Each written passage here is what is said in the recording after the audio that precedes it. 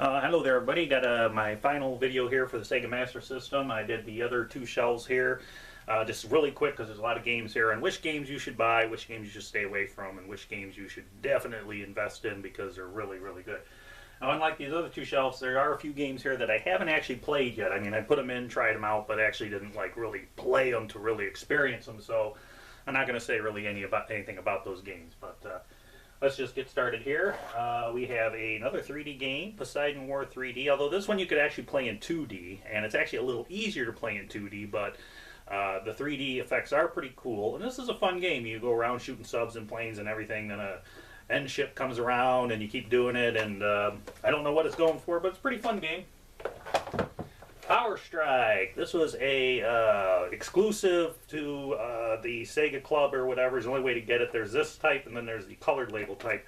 This game's fantastic for an 8-bit shooter. It's really challenging. There's bullets all over the screen, but you can shoot the bullets. It's not impossible. This is one of my favorite, maybe the favorite shooter for the system.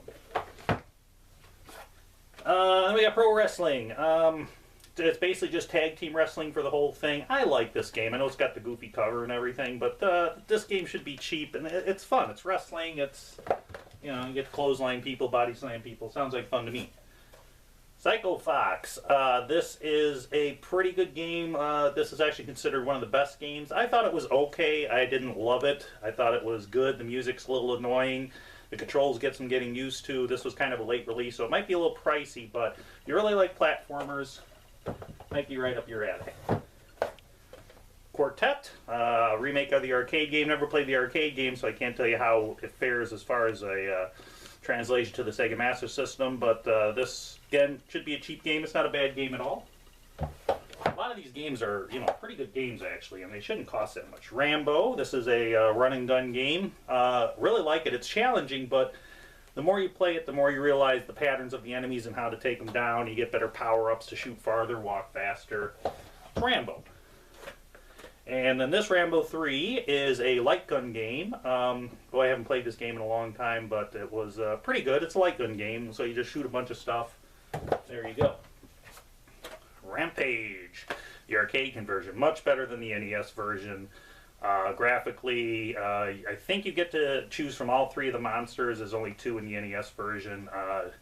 I believe way long time ago. Actually, I think I passed all 50 cities in that game. Rastan, another arcade conversion game.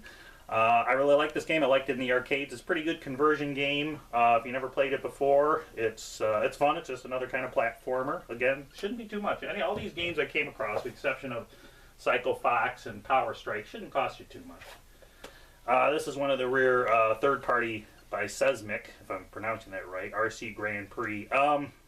Anywhere near as good as RC Pro-Am for the NES. In fact, I didn't like it. The tracks are way too narrow. It's going to be a little expensive because it came out late, but you might want to save your money on that one. Reggie Jackson Baseball, much better than Great Baseball. Rescue Mission. This is another shooter game with the light gun. You got to go around and shoot all the enemies as your guy goes around. Fun game. Actually, I think this is probably a little bit better than Rambo 3. Rocky. Boy, you could beat Apollo Creed pretty easily. Then Clubber Lang is a challenge, and I cannot beat Draco. Okay, there's 3 fighters. I cannot beat them.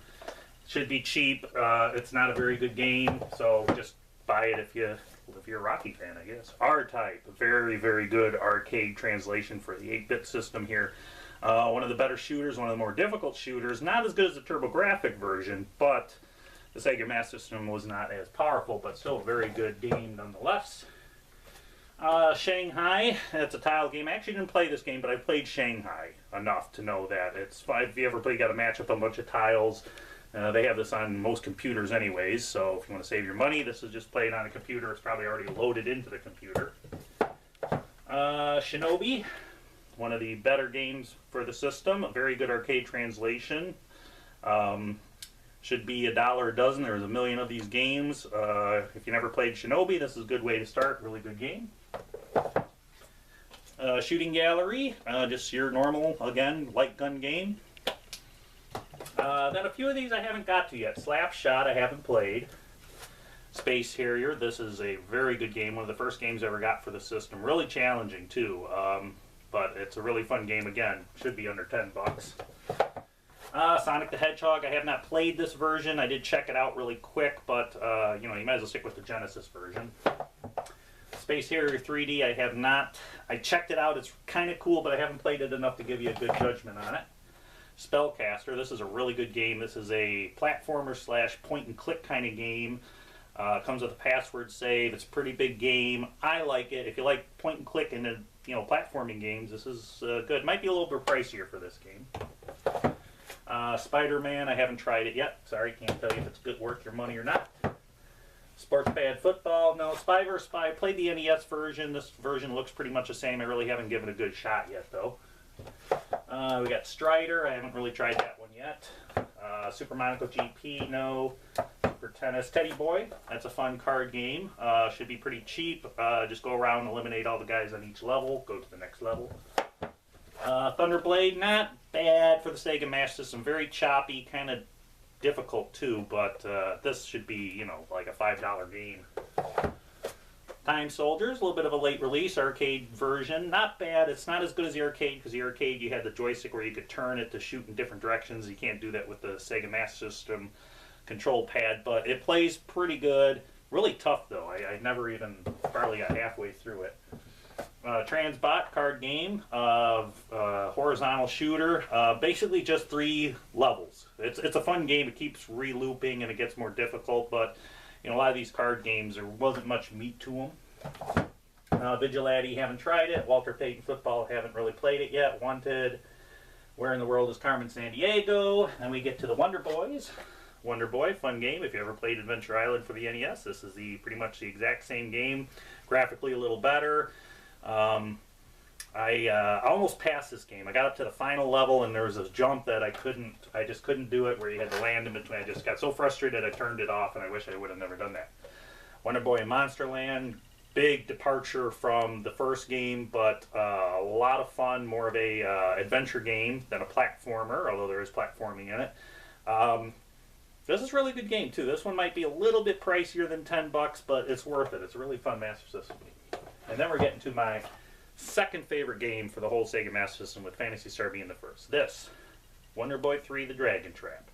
This is a must-own, must-play game for the Sega. It's also called Dragon's Curse on the TurboGrafx 16. This is, whatever it's going for 30 bucks or something. I don't know what it's going for. It's worth it. You will enjoy this game. Great music, great challenge. This is one of my favorite games of all time. World Grand Prix, didn't try that. And we have Ease, The Vanishing Omen. Really fun game, not as good as the TurboGrafx version, of course, and this is only really half of the game. But if you like, you know, role-playing games, adventure role-playing games where you just run into people, this is a fun game. I liked it. Zaxxon 3D, haven't really tried it yet. Then we got Zillion, really good game. Great music in this game. You gotta have the manual to play this game, because a certain code you gotta put in. You get down, you blow up the computer, you gotta get the heck out of there. It's a really fun game. Good challenge too. Should be cheap. And then the last one on the list is Zillion 2. Slightly different than the first Zillion. It's broken up into 2 levels where you're going around flying, shooting stuff on a bike, and then you transform into a mech, and then the second part you're platforming, jumping around shooting, and it does that back and forth, and it's a really good game. People don't like it as much as the first Zillion, but it's a little different, a little bit the same, and I like it a lot. So there you go. There's the whole North American collection of the Sega Master System. It was my very first system, and it's still one of my favorite of all time, and my top 5 systems of all time.